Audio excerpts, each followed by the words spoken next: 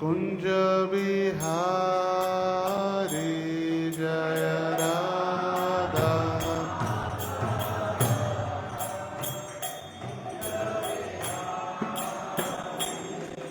जय राधा माधव कुंज बिहारी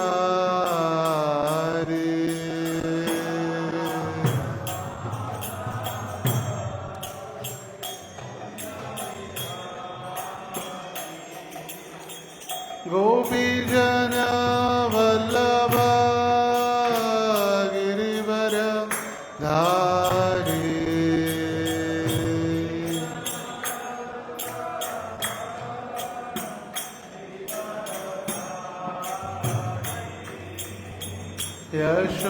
यशोदानंदन ब्रज जन रंजन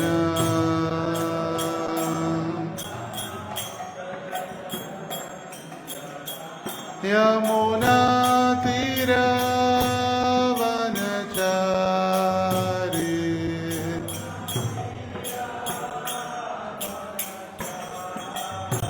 यमुना तीरवनचारी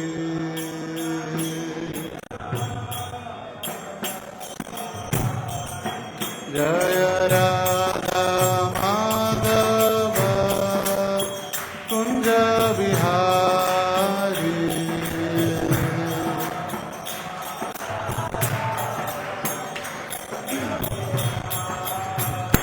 जय राधा माधव कुंज बिहारी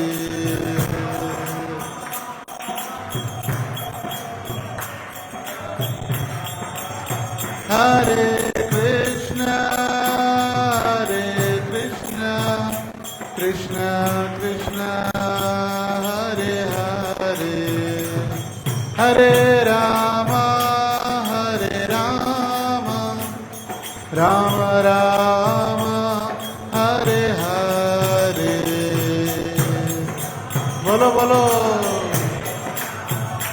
कृष्ण कृष्ण हरे हरे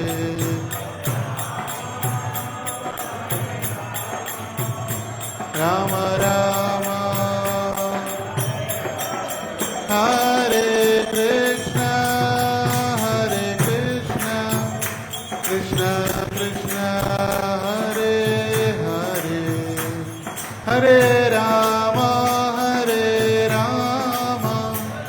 राम राम हरे हरे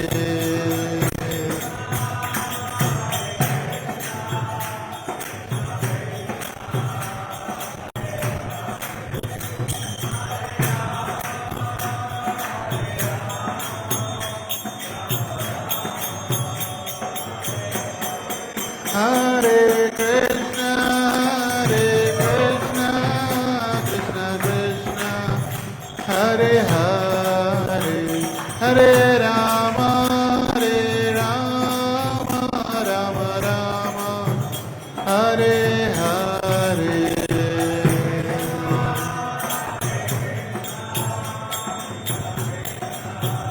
हरे हरे राम राम जय राधा रस बिहारी राधे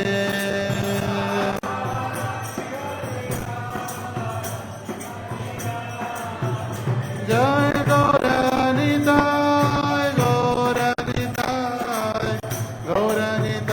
जय गौरनिताय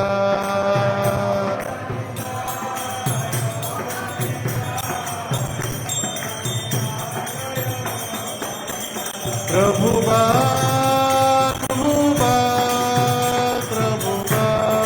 जय प्रभुबा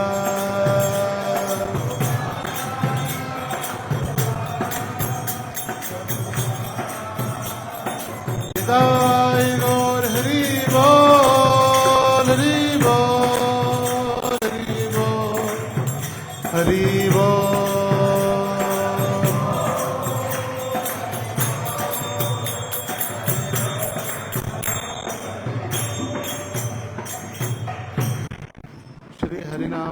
संकीर्तन की,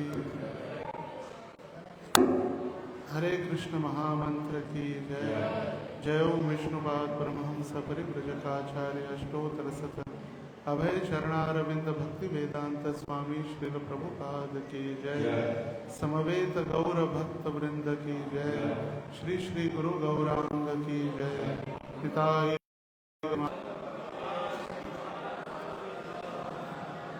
ओम नमो भगवते वासुदेवाय।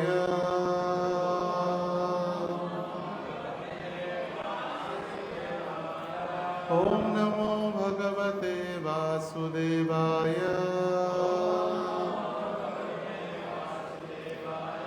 ओम अज्ञानतिमिरान्धस्य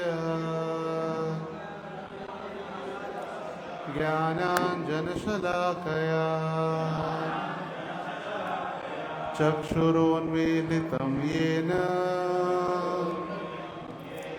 तस्मै श्रीगुरवे नमः। नमो विष्णुपादाय कृष्णपृष्ठाय भूतले श्रीमते भक्तिवेदान्त स्वामिनिति नामिने। नमस्ते सारस्वते देवे गौरवाणी प्रचारिणे निर्विशेष शून्यवादी पाश्चात्य देशतारिणे। जय श्री कृष्ण चैतन्य प्रभु नित्यानंद श्री अद्वैत गदाधर श्रीवासादि गौर भक्त वृंद। हरे कृष्णा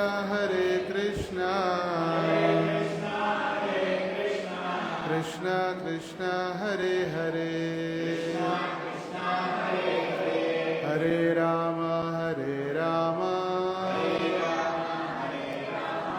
राम राम हरे हरे। हरे कृष्ण। सभी भक्तों का आज के साप्ताहिक हरे कृष्ण सत्संग में स्वागत है।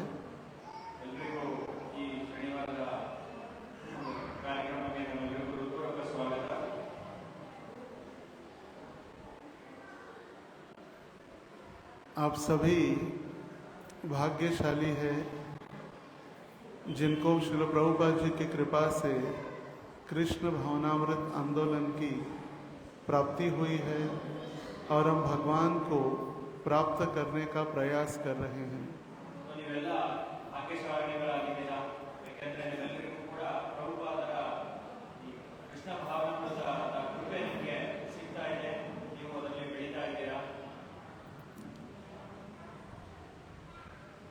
ಪ್ರಭುಜಿ ಹೇಳತ್ತಿದ್ದೆ, ನಾನು ಕನ್ನಡ ಒಳಗೆ ಮಾತಾಡಿ ಮತ್ತು ಕನ್ನಡ ಮಾತಾಡೋದು ಬೇರೆ ಮತ್ತು ಪ್ರವಚನ ಕೊಡೋದು ಬೇರೆ, ಅದಕ್ಕೆ ನಾನು ಹಿಂದಿ ಒಳಗೆ ಮಾತಾಡ್ತೀನಿ, ಪ್ರಭುಜಿ कन्नड़ ಒಳಗೆ ट्रांसलेशन ಮಾಡುತ್ತಾರೆ। तो यहाँ पर अभी नवरात्रि का जो उत्सव चल रहा है, ये नवरात्रि उत्सव सभी अलग अलग भक्त अलग अलग भाव में देवी की उपासना कर रहे हैं।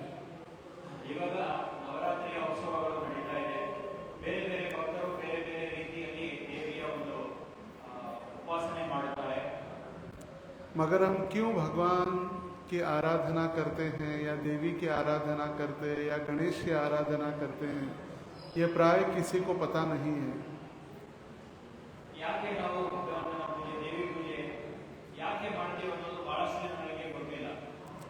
सभी को लगता है कि अलग अलग एक उत्सव के रूप में या फेस्टिवल के रूप में, जयंती के रूप में, एक गणपति हो गया 11 दिन, अभी फिर नवरात्रि का उत्सव हो गया, फिर दिवाली आ गई, एक के बाद एक सिर्फ उत्सव ही हम मनाते जाते हैं। ನಾವು ನೋಡ್ತಾ ಇದ್ದೇವೆ ಬೇರೆ ಬೇರೆ ಉತ್ಸವಗಳು ಜಯಂತಿಗಳು ಎಲ್ಲ ಬರ್ತಾ ಇದೆ, ನಾವು ಆಚರಣೆ ಮಾಡ್ತಾ ಇದ್ದೀವಿ. ಮೊದಲು ಗಣಪತಿ ಬಂತು, ನಂತರ ಈಗ ನವರಾತ್ರಿ ಬರುತ್ತೆ, ಆಮೇಲೆ ದೀಪಾವಳಿ ಬರುತ್ತೆ. ಯಾಕೆ ಮಾಡ್ತೀವಿ ಅನ್ನೋದು ಬಹಳಷ್ಟು ಜನರಿಗೆ ಗೊತ್ತಿಲ್ಲ. ये नवरात्रि का मुख्य उद्देश्य लोग भूल चुके हैं और नवरात्रि में देवी की आराधना क्यों करते हैं ये किसी को पता नहीं है। ಸೊ ಬಹಳಷ್ಟು ಜನಗಳಿಗೆ ಯಾಕೆ ದೇವಿಯ ಆರಾಧನೆ ಯಾಕೆ ಮಾಡ್ತೀವಿ ಅನ್ನೋದು ಬಹಳಷ್ಟು ಜನಗಳಿಗೆ ಗೊತ್ತಿಲ್ಲ. जैसे ब्रह्मा जी ब्रह्म संहिता में प्रार्थना करते हैं, माया ही यस्य जगदंड शतानि सूते त्रैगुण्य तद्विषय वेद वितायमाना सत्वावलंबि पर सत्व विशुद्ध सत्वं गोविंदमादि पुरुषं तमहं भजामि।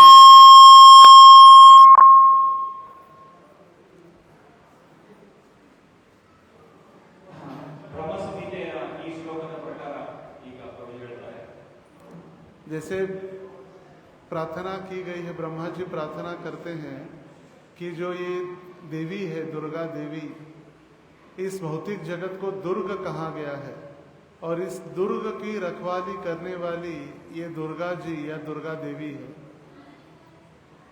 ಬ್ರಹ್ಮ ಸಂಹಿತೆಯಲ್ಲಿ ಬ್ರಹ್ಮ ಈ ರೀತಿ ಹೇಳ್ತಾರೆ, ಈ ಜಗತ್ತೇನಿದೆಯೋ ಇದು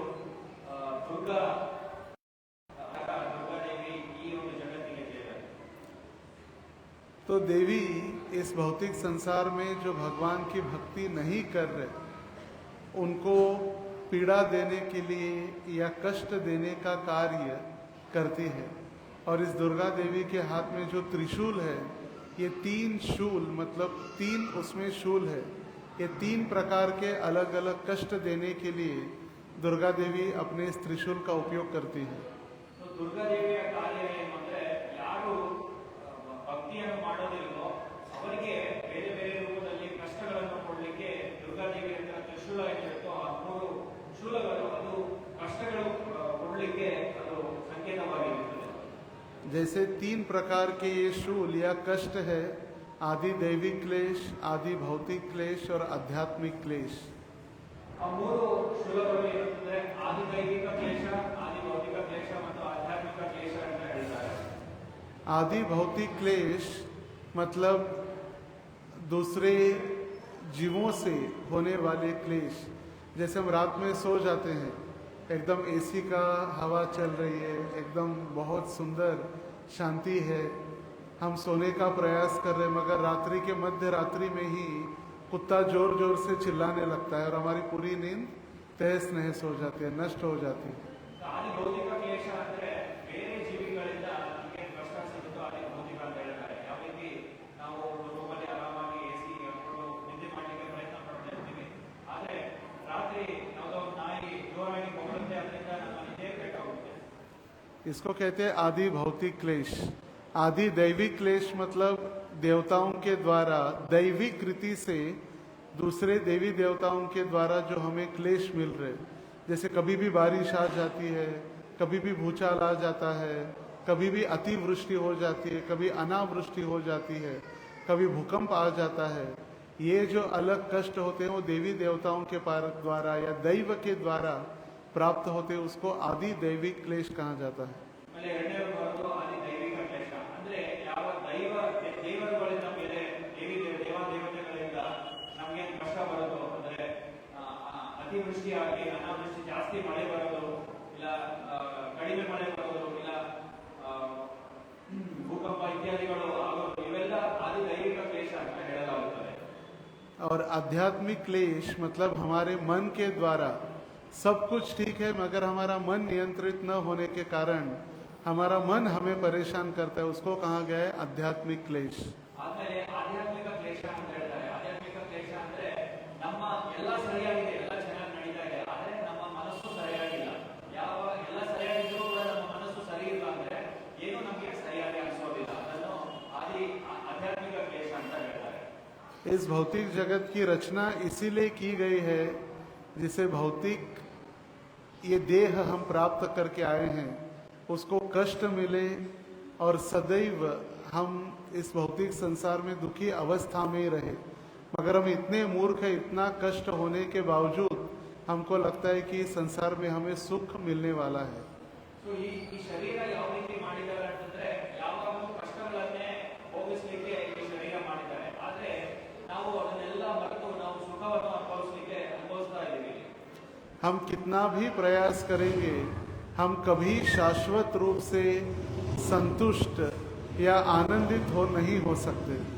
ನಾವು ಎಷ್ಟೇ ಕಷ್ಟಪಟ್ಟರೂ ಕೂಡ ನಾವು ಶಾಶ್ವತವಾಗಿ ಆನಂದವಾಗಿ ಇರಲಿಕ್ಕೆ ಸಾಧ್ಯನೇ ಇಲ್ಲ. सभी ध्यान से सुनिए, हम जो क्या एक उदाहरण के तौर पर हम समझ पाएंगे, और जो जप कर रहे हैं उनसे भी निवेदन है जप माला को थोड़ा विश्राम दें, कथा के बाद फिर वो जप कर सकते हैं। पूरी दिन रात हमें जप करने के लिए समय है। ಸೊ ಎಲ್ಲರೂ ಜ್ಞಾನಪೂರ್ವಕವಾಗಿ ಕೇಳಬೇಕು, ಮತ್ತೆ ಯಾರು ಜಪ ಮಾಡ್ತಾ ಇದ್ದೀರೋ ಅವರು ದಯವಿಟ್ಟು ಜಪವನ್ನು ನಿಲ್ಲಿಸಿ ಆಮೇಲೆ ಜಪ ಮಾಡಬೇಕು. ಇವಾಗ ಕೇಳಿ ಕಥೆಯನ್ನು. जैसे इस भौतिक संसार में पागलों का अस्पताल होता है, और उस पागल लोगों को सभी को छलनी होती है, छलनी जिससे हम चाय या अलग अलग द्रव्य पदार्थ उसको छलनी का उपयोग करते हैं, उसको गालनी कहते हैं, मराठी में गालनी। ಸೊ ಯಾವುದೇ ಹುಚ್ಚಿರ ಒಂದು ಆಸ್ಪತ್ರೆ ಇರುತ್ತೆ, ಮತ್ತೆ ಒಂದು ಶನಿ ಅಂತ ಹೇಳ್ತೀವಿ ಕನ್ನಡದಲ್ಲಿ, ಜಲ್ಲಡಿ ಇರುತ್ತಲ್ಲ. और वो छलनी देखकर उनको कहा जाता है कि इसमें क्या भरो, आप पानी भरते रहो, और सारे पागल लोगों को बोल दिया जाता है इसमें पानी भरो। ಸೊ ಆ ಹುಚ್ಚರ ಆಸ್ಪತ್ರೆಯಲ್ಲಿ ಆ ಜಲ್ಲಡಿಯನ್ನು ಕೊಟ್ಟು ಇದರಿಂದ ನೀರು ತುಂಬಿ ಅಂತ ಆ ಹುಚ್ಚರಿಗೆ ಹೇಳ್ತಾರೆ. और वो पागल लोग दिन रात उसमें पानी भरने का प्रयास करते रहते। ಸೊ ಹುಚ್ಚರು ಏನ್ ಮಾಡ್ತಾರೆ, ಬೆಳಿಗ್ಗೆಯಿಂದ ರಾತ್ರಿ ತನಕ ನೀರು ತುಂಬತಾನೆ ಇರ್ತಾರೆ. मगर कभी भी उस छलनी में पानी भरने वाला नहीं है। ಸೊ ಆ ಜಲ್ಲಡಿಯಿಂದ ಎಷ್ಟೇ ನೀರು ಹಾಕಿದ್ರು ಕೂಡ ಜಲ್ಲಡಿಯಲ್ಲಿ ನೀರು ತುಂಬೋದೇ ಇಲ್ಲ.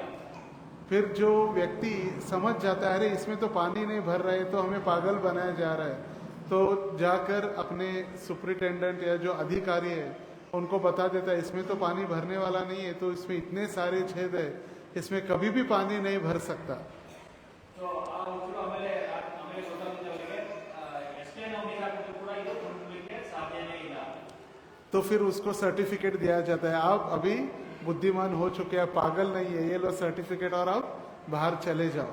ಸೊ ಯಾವಾಗ ಆ ವ್ಯಕ್ತಿ ಆ ರೀತಿ ಹೇಳ್ತಾನೋ ಅವಾಗ ಆ ವ್ಯಕ್ತಿಗೆ ಸರ್ಟಿಫಿಕೇಟ್ ಕೊಡ್ತಾರೆ, ನೀವು ಬುದ್ಧಿವಂತರಾಗಿದ್ದೀರಾ, ನೀವು ಇವಾಗ ಆಸ್ಪತ್ರೆಯಿಂದ ಹೊರಗಡೆ ಹೋಗಬಹುದು.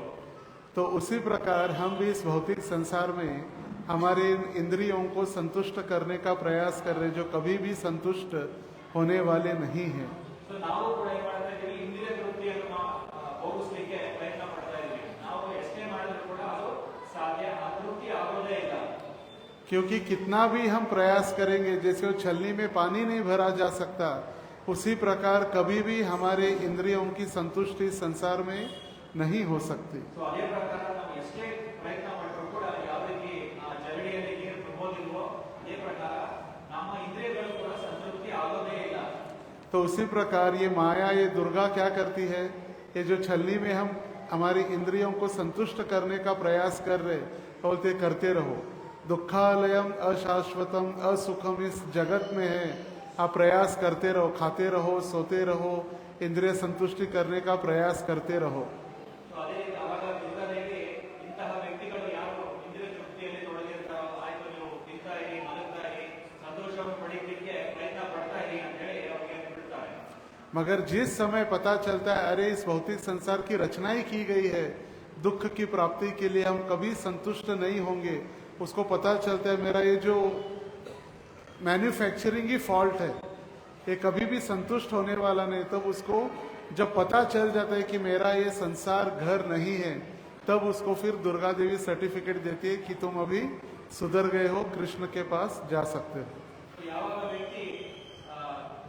ವ್ಯಕ್ತಿಗೆ ಗೊತ್ತಾಗುತ್ತೋ ಇಲ್ಲಿ ಎಷ್ಟೇ ಕಷ್ಟಪಟ್ಟರು ಕೂಡ ಇಲ್ಲಿ ಸಂತೋಷ ಸಿಗೋದಿಲ್ಲ, ಇದು ಆ ರೀತಿಯಾಗಿ ಈ ಶರೀರವನ್ನು ಆ ರೀತಿಯಾಗಿ ದುಃಖ ಪಡಲಿಕ್ಕೇನೆ ಈ ಶರೀರವನ್ನು ಮಾಡಿದ್ದಾರೆ ಅಂತ ಯಾವಾಗ ಗೊತ್ತಾಗುತ್ತೋ ಆವಾಗ ದುರ್ಗಾದೇವಿ ಏನ್ ಮಾಡ್ತಾರೆ, ಅವರು ಕೂಡ ಸರ್ಟಿಫಿಕೇಟ್ ಕೊಟ್ಟು ಈ ಲೋಕದಿಂದ ಬೇರೆ ಲೋಕಕ್ಕೆ ಕಳಿಸ್ಕೊಡ್ತಾರೆ.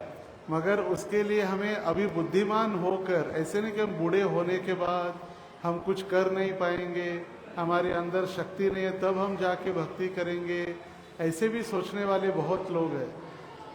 So, ಬಹಳಷ್ಟು ಜನ ಅನ್ಕೊಳ್ತಾರೆ, ಇವಾಗ ಬೇಡ, ನಾನು ಯಾವಾಗ ಮುದುಕರಾಗ್ತೀನೋ ಆವಾಗ ನಾನೆಲ್ಲ ಇದನ್ನೆಲ್ಲ ಬಿಟ್ಬಿಡ್ತೀನಿ ಅಂತ ಯಾರು ತಿಳ್ಕೊಳ್ತಾರೋ ಅಂತವರಿಗೆ. मगर इस संसार में भौतिक जगत में कौन बूढ़ा होगा इसकी कोई गारंटी नहीं है, So, ಇವತ್ತಿನ ಕಾಲದಲ್ಲಿ ಯಾರು ಮುದುಕರಾಗ್ತಾರೆ ಅನ್ನೋದೇ ಗ್ಯಾರಂಟಿ ಇಲ್ಲ. क्योंकि कभी भी हमें बुलावा आ सकता है। So, ಯಾವಾಗಲಾದ್ರೂ ನಾವು ಇಲ್ಲಿಂದ ಹೋಗ್ಬೋದು.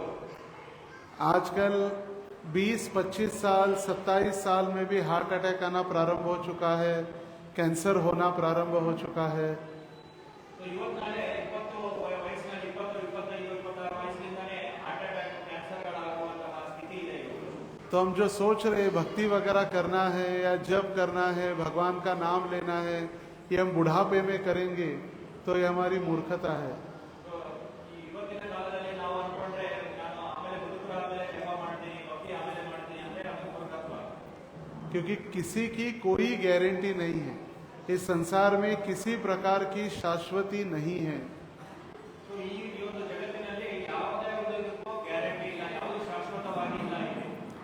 हम अभी जैसे सोच लेते हैं कि हम घर बनाएंगे, बंगला बनाएंगे, हम बिजनेस करेंगे, हमारे ये योजना है, हमारे प्लानिंग है, आज से 5 साल बाद ये करेंगे, 10 साल बाद ये करेंगे, मगर आज की एक रात हम जी सकते हैं कि नहीं, इसकी कोई गारंटी नहीं है।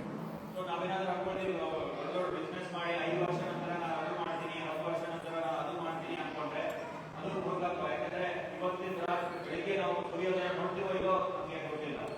जैसे एक बार युधिष्ठिर महाराज के पास, भीम के पास एक भिक्षुक आया था भिक्षा मांगने के लिए, और भीम ने कहा आज भिक्षा नहीं, हम कल देंगे।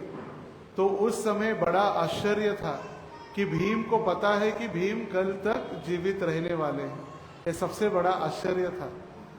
So, ಒಂದ್ಸತಿ ಏನಾಗುತ್ತೆ, ಭೀಮನ ಹತ್ರ ಒಬ್ಬ ಭಿಕ್ಷುಕ ಬರ್ತಾನೆ. ಭಿಕ್ಷುಕ ಬಂದು ಭಿಕ್ಷೆ ಕೇಳಿದಾಗ ಭೀಮ ಇಲ್ಲ ನಾಳೆ ಕೊಡ್ತೀನಿ ಅಂತ ಹೇಳ್ತಾನೆ. ಆದ್ರೆ ಅಲ್ಲಿ ಭೀಮನಿಗೆ ಗೊತ್ತಿತ್ತು ನಾಳೆ ತನಕ ಅಲ್ಲಿ ಏನಾಗುತ್ತೆ ಅಂತ. और उस समय ये आश्चर्य की बात थी कि एक रात भी भीम जीने वाले हैं। तो उस भिक्षुक ने कहा देखिए भीम को पूरी शाश्वती है, उसको पूरा विश्वास है कि वो कल तक जीने वाले हैं, और इसीलिए उन्होंने मुझे कहा कि कल मैं भिक्षा देने के लिए तैयार हूँ, आप कल आइए। So, ಅವಾಗ ಭಿಕ್ಷುಕ ಹೇಳ್ತಾನೆ ಭೀಮನಿಗೆ ಗೊತ್ತಿದೆ ನಾಳೆ ಕೊಡಬಹುದು ಅಂತ ಹೇಳಿ. ಸೊ ಹಂಗಾಗಿ ಭಿಕ್ಷುಕನಿಗೆ ನಾಳೆ ಬರಲಿಕ್ಕೆ ಹೇಳ್ತಾರೆ. आजकल हम देखते हैं पदम पदम यत विपदम न तेषाम, जैसे ही चलते चलते जा रहे, आजकल कितने सारे तो एक्सीडेंट या कितनी सारी मृत्यु के सेल्फी मोबाइल और इसके ही चक्कर में चलते रहते हैं। सेल्फी निकालने गए गड्ढे में गिर गए, मृत्यु हो गई। सेल्फी निकालने गए पर्वत के ऊपर से नीचे गिर गए, समाप्त हो गए। सेल्फी फोटो निकालने गए पानी में बह गए। इतने कितने सारे उदाहरण हम सुनते रहते हैं। ಸೊ ಇವತ್ತಾದ್ರೆ ನಾವು ನೋಡ್ಬೋದು, ವ್ಯಕ್ತಿ ಹೋಗ್ತಾ ಹೋಗ್ತಾ ಆಕ್ಸಿಡೆಂಟ್ ಆಗ್ಬೋದು, ಇಲ್ಲ ಸೆಲ್ಫಿಗಳು ತಗೊಳ್ಳಿಕ್ಕೆ ಹೋಗ್ತಾ ಎಷ್ಟೋ ಜನ ಸಾಯ್ತಾ ಇರೋದು ನಾವು ಕೇಳ್ತಾನೆ ಇದ್ದೀವಿ. ಇಂಥವೆಲ್ಲ ಬಹಳಷ್ಟು ಜನ ಆಗ್ತಾ ಇದೆ. ಪದಂ ಪದಂ ಯತ್ನಿಗಳು ಅಂದ್ರೆ ಪ್ರತಿಯೊಂದು ಹೆಜ್ಜೆಯಲ್ಲಿ ಕೂಡ ಇಲ್ಲಿ ಕಷ್ಟಗಳಿದೆ, ಸಾವು ಇದೆ ಅಂತ ನಮ್ಗೆ ಗೊತ್ತಾಗ್ತಾ ಇದೆ. जैसे एक व्यक्ति चल रहा था बंबई में, अपना प्लानिंग दिन का प्लानिंग करते करते चल रहा था, ध्यान नहीं था, एक गड्ढे में गिर गया, खत्म हो गया। ड्रेनेज के बड़े बड़े जो गड्ढे होते हैं पाइपलाइन, उसमें गिर गया, समाप्त। ಬಾಂಬೆಯಲ್ಲಿ ಒಬ್ಬ ವ್ಯಕ್ತಿ ಹೋಗ್ತಾ ಇದ್ದ, ದಿನದಲ್ಲಿ ಏನೇನ್ ಮಾಡ್ಬೇಕಂತ ಪ್ಲಾನ್ ಮಾಡ್ತಾ ಮಾಡ್ತಾ ಹೋಗ್ತಾ ಹೋಗ್ತಾ ಒಂದು ಕುಣಿಯಲ್ಲಿ ಬಿದ್ದು ಸತ್ತೋಗ್ಬಿಟ್ಟ. तो यहाँ पर देखते हैं कि कौन सा आगे वाला पग, जब हमें भी शरीर को भी एक आदत है, जब तक हमारा एक पैर हम ठीक से नहीं रखते, हमें विश्वास नहीं है कि ये पैर हमने ठीक से नहीं रखा है, तब तक दूसरा पैर हम आगे नहीं करते। और फिर भी इस भौतिक संसार में हम सोच रहे कि हम 10 साल का 25 साल का प्लानिंग करेंगे। ಒಂದು ಹೆಜ್ಜೆ ಇದ್ಮೇಲೆ ಇನ್ನೊಂದು ಹೆಜ್ಜೆ ಸರಿಯಾಗಿ ಇಡ್ತೀವೋ ಅನ್ನೋದೇ ಗೊತ್ತಿಲ್ಲ. ಅಂಥದ್ರಲ್ಲಿ ನಾವು 5 ವರ್ಷ 10 ವರ್ಷದಲ್ಲಿ ಏನೇನ್ ಮಾಡ್ಬೇಕು ಅನ್ನೋದು ಪ್ಲಾನಿಂಗ್ ಮಾಡ್ಕೊಳ್ತೀವಿ. और इसीलिए ये माया का जगत बनाया ही है। भगवान ने भगवत गीता में भविष्यवाणी की है कि भौतिक जगत क्या है, दुखालयम अशाश्वतम असुखम अनित्यम। ಭಗವದ್ಗೀತೆಯಲ್ಲಿ ಭಗವಂತ ಆಲ್ರೆಡಿ ಹೇಳಿದ್ದಾರೆ, ಅಂದ್ರೆ ದುಃಖ ಭವಿಷ್ಯವಾಣಿ ಮಾಡಿದ್ದಾರೆ ಇದೆಲ್ಲ. मगर हम उसको हर बार सुखी होने का, आनंदी होने का हम प्रयास कर रहे हैं। ಆದ್ರೆ ನಾವೇನ್ ಮಾಡ್ತಾ ಇದೀವಿ, ನಾವು ಇನ್ನೂ ಸುಖ ಪಡಿಬೇಕು, ಆನಂದವನ್ನು ಪಡಿಬೇಕು ಅಂತ ಪ್ರಯತ್ನ ಪಡ್ತಾ ಇದೀವಿ. और हम भी मूर्ख बन जाते इस माया के चक्कर में। हमारी इंद्रियों को संतुष्ट करने के लिए वो जो छलनी जैसे हमारी इंद्रिय है वो कभी भी संतुष्ट नहीं होने वाली है। ಸೊ ನಾವು ಗುರುಕುಲದ ನಾವೇನ್ ಮಾಡ್ತಾ ಇದೀವಿ, ಇಂದ್ರಿಯ ತೃಪ್ತಿಯನ್ನು ಮಾಡಲಿಕ್ಕೆ ಆ ಜಾಲಿಯಲ್ಲಿ ಯಾವ ರೀತಿ ನೀರು ತುಂಬೋದಿಲ್ವೋ ಆ ನೀರನ್ನು ತುಂಬಿಸಲಿಕ್ಕೆ ನಾವು ಪ್ರಯತ್ನ ಪಡ್ತಾ ಇದೀವಿ. और माया हमें कहती है बस भाई तुम्हारी इंद्रिय तृप्ति करने की इच्छा है, करते रहो, इस पागल खाने में बने रहो। ಸೊ ಮಾಯಾವನ್ನು ಏನ್ ಮಾಡುತ್ತೆ, ನೀವು ಇದೇ ರೀತಿ ಇಂದ್ರಿಯ ತೃಪ್ತಿಯನ್ನು ಮಾಡ್ತಾ ಇರಿ, ಇದೇ ಉಸಿರ ಒಂದು ಆಸ್ಪತ್ರೆಯಲ್ಲಿ ನೀವು ಹೀಗೆ ಇರ್ತಾ ಇರಿ ಅಂತ ಹೇಳಿ ಮಾಯಾ ಹೇಳುತ್ತೆ. और इसीलिए स्वयं भगवान श्री कृष्ण चैतन्य महाप्रभु के रूप में आकर उन्होंने इस भौतिक जगत से, इस मेंटल हॉस्पिटल से बाहर निकलने का एक सबसे आसान मार्ग दिखलाया। ಆದ ಕಾರಣ ಚೈತನ್ಯ ಮಹಾಪ್ರಭು ಒಂದು ರೂಪದಲ್ಲಿ ಭಗವಂತ ಬಂದು ನಮಗೆ ಯಾವ ರೀತಿ ಈ ಉಸಿರ ಆಸ್ಪತ್ರೆಯಿಂದ ಹೊರಗಡೆ ಬರಬಹುದು ಅನ್ನೋದು ನಮಗೆ ತಿಳಿಸ್ಕೊಡ್ತಾ ಇದ್ದಾರೆ. ये चैतन्य महाप्रभु है कौन? चैतन्य महाप्रभु राधा और कृष्ण का एकत्रित स्वरूप मतलब चैतन्य महाप्रभु है। ಈ ಚೈತನ್ಯ ಮಹಾಪ್ರಭು ಅಂದ್ರೆ ಯಾರು ಅಂದ್ರೆ ರಾಧಾ ಕೃಷ್ಣರ ಇಬ್ಬರ ಒಂದು ಇಬ್ಬರ ಅವತಾರವೇ ಚೈತನ್ಯ ಮಹಾಪ್ರಭುಗಳ ಅವತಾರ. जब भगवान स्वयं श्री कृष्ण जब एक होते हैं और उनकी आत्मा है श्रीमती राधा रानी, ध्रुवम आत्मा अस्ति राधिका, तो भगवान श्री कृष्ण को आनंद देने के लिए उनकी आह्लादिनी शक्ति आत्मा जब एक शरीर का एक विग्रह रूप धारण करती है उसको कहा गया है श्रीमती राधा रानी। ಭಗವಂತ ಯಾವಾಗ ಒಂದಾಗಿರ್ತಾರೋ, ಯಾವಾಗ ನಮಗೆ ಆನಂದ ಪಡೆಯಬೇಕು ಅಂತ ಆಗುತ್ತೋ ಅವಾಗ ರಾಧಾರಾಣಿ ಅಲಹಾದಿನಿ ಶಕ್ತಿ ರಾಧಾರಾಣಿಯ ರೂಪದಲ್ಲಿ ಬೇರೆ ಒಂದು ಶರೀರವನ್ನು ಧಾರಣೆ ಮಾಡಿಕೊಂಡು ಬರ್ತಾರೆ. ರಾಧಾರಾಣಿ ಬೇರೆ ಯಾರು ಅಲ್ಲ, ಕೃಷ್ಣನ ಆತ್ಮನೇ.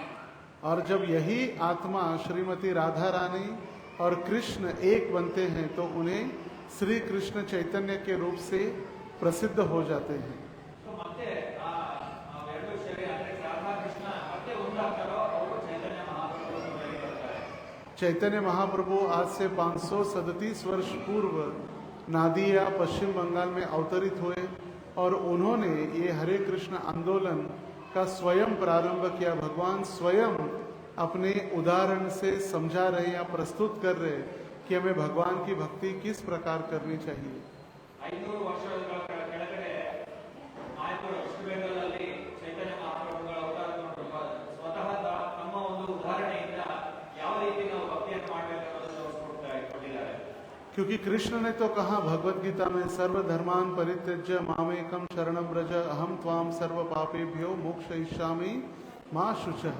सभी धर्मों का परित्याग करो, मेरी शरण में आओ और मैं तुम्हें सारे कष्टों से मुक्त कर दूंगा, डरो नहीं। मगर इसको उदाहरण तो भगवान ने घोषणा की, मगर अभी चैतन्य महाप्रभु के रूप में स्वयं एक भक्त कैसे बने, कैसे शरणागति स्वीकार करे, किस प्रकार इस भौतिक जगत से मुक्त हो, इसका उदाहरण स्वयं चैतन्य महाप्रभु सिखा रहे हैं। ಸೊ ಭಗವಂತ ಕೃಷ್ಣ ಭಗವದ್ಗೀತೆಯಲ್ಲಿ ಹೇಳಿದ್ರು, ಸರ್ವಧರ್ಮಾನ್ ಪರಿತ್ಯಾಗ ಅಂದ್ರೆ ಎಲ್ಲವನ್ನು ಬಿಟ್ಟು ನನಗೆ ಶರಣಾಗತಿ ಆಗೋದು ಯಾವ ರೀತಿ ಅಂತ ಹೇಳಿದ್ರು. ಆದ್ರೆ ಚೈತನ್ಯ ಮಹಾಪ್ರಭುಗಳು ಅದನ್ನು ತೋರಿಸ್ಕೊಡ್ಲಿಕ್ಕೆ ಒಬ್ಬ ಭಕ್ತನು ಯಾವ ರೀತಿ ಇರಬೇಕು, ಯಾವ ರೀತಿ ನಡ್ಕೊಳ್ಬೇಕು ಅಂತ ಹೇಳಿ ತೋರಿಸ್ಕೊಡ್ಲಿಕ್ಕೆ ಅವತಾರ ತಗೊಂಡ್ರು. और चैतन्य महाप्रभु के इस आंदोलन को आगे बढ़ाने का कार्य अंतर्राष्ट्रीय कृष्ण भावनामृत संघ इस्कॉन के संस्थापक आचार्य श्रील प्रभुपाद जी ने इसको आगे बढ़ाया।